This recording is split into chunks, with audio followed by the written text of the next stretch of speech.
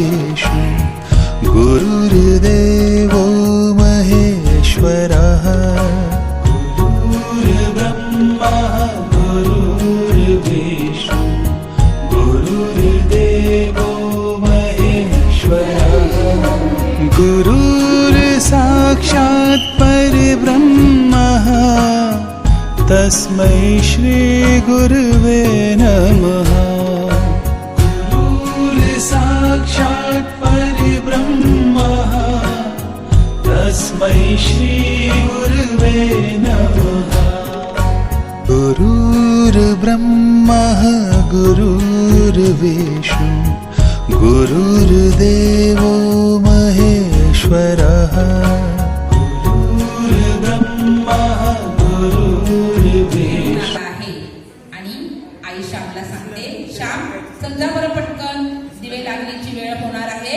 जा पटकन आंघोळ करून घे. आणि मग श्याम बघा जातोय आंघोळीला. श्याम बसलाय बघा आंघोळीला. आणि मग आता आई या श्यामला आंघोळ घालते छान पाणी टाकून. आणि सायंकाळची आंघोळ काही साबण वगैरे लावून नाही, सकाळची आंघोळ आपली निवांत असते.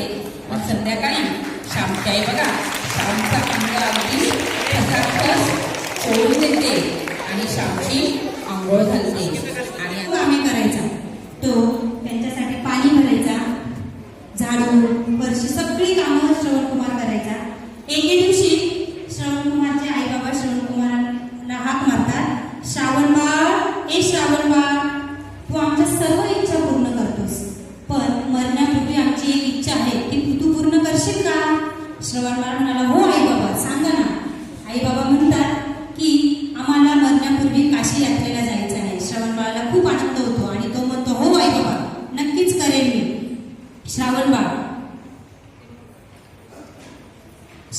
काय करतो? अंध आईवडिलांसाठी कावड तयार करतो आणि त्या कावडमध्ये त्याच्या आई बाबांना तो बसवतो.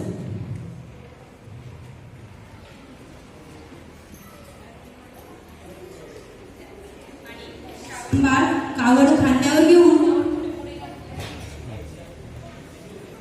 काशी यात्रेला निघतो. शिवरायांना शूरपुरुषांच्या गोष्टी आवडत, मोठे झाल्यावर असेच पराक्रम करावे असे त्यांना वाटे. जिजाबाई साधू संतांच्या चरित्रांमधील गोष्टी सांगत, त्यातून शिवरायांच्या ठिकाणी आदरभाव, साधू संतांविषयी आदरभाव निर्माण झाला.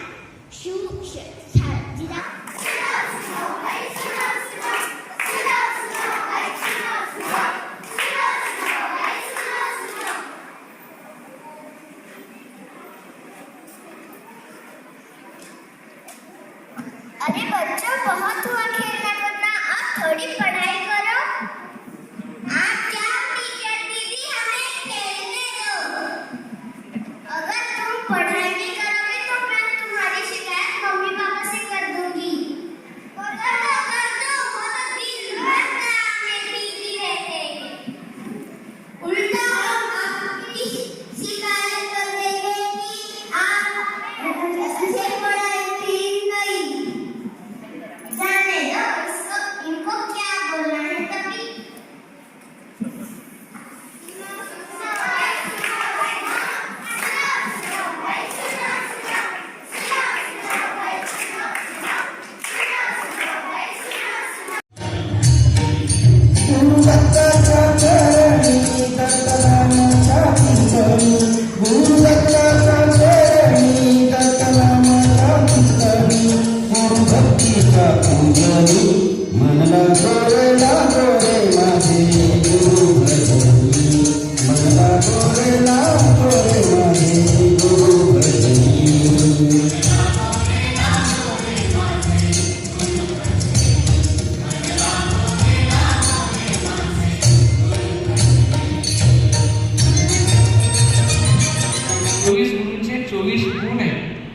घरी गेल्यानंतर यूट्यूबला बघा. कुठे बघा?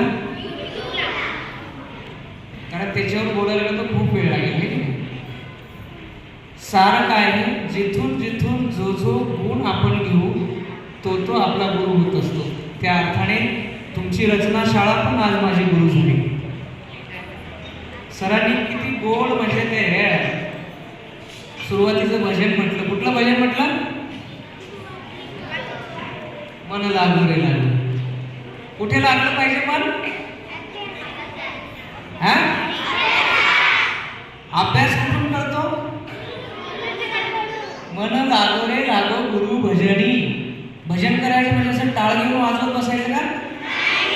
व्हॉट इज मीन बाय भजन? गुरु सांगतील ते ऐकणं, याला म्हणतात गुरुचं भजन.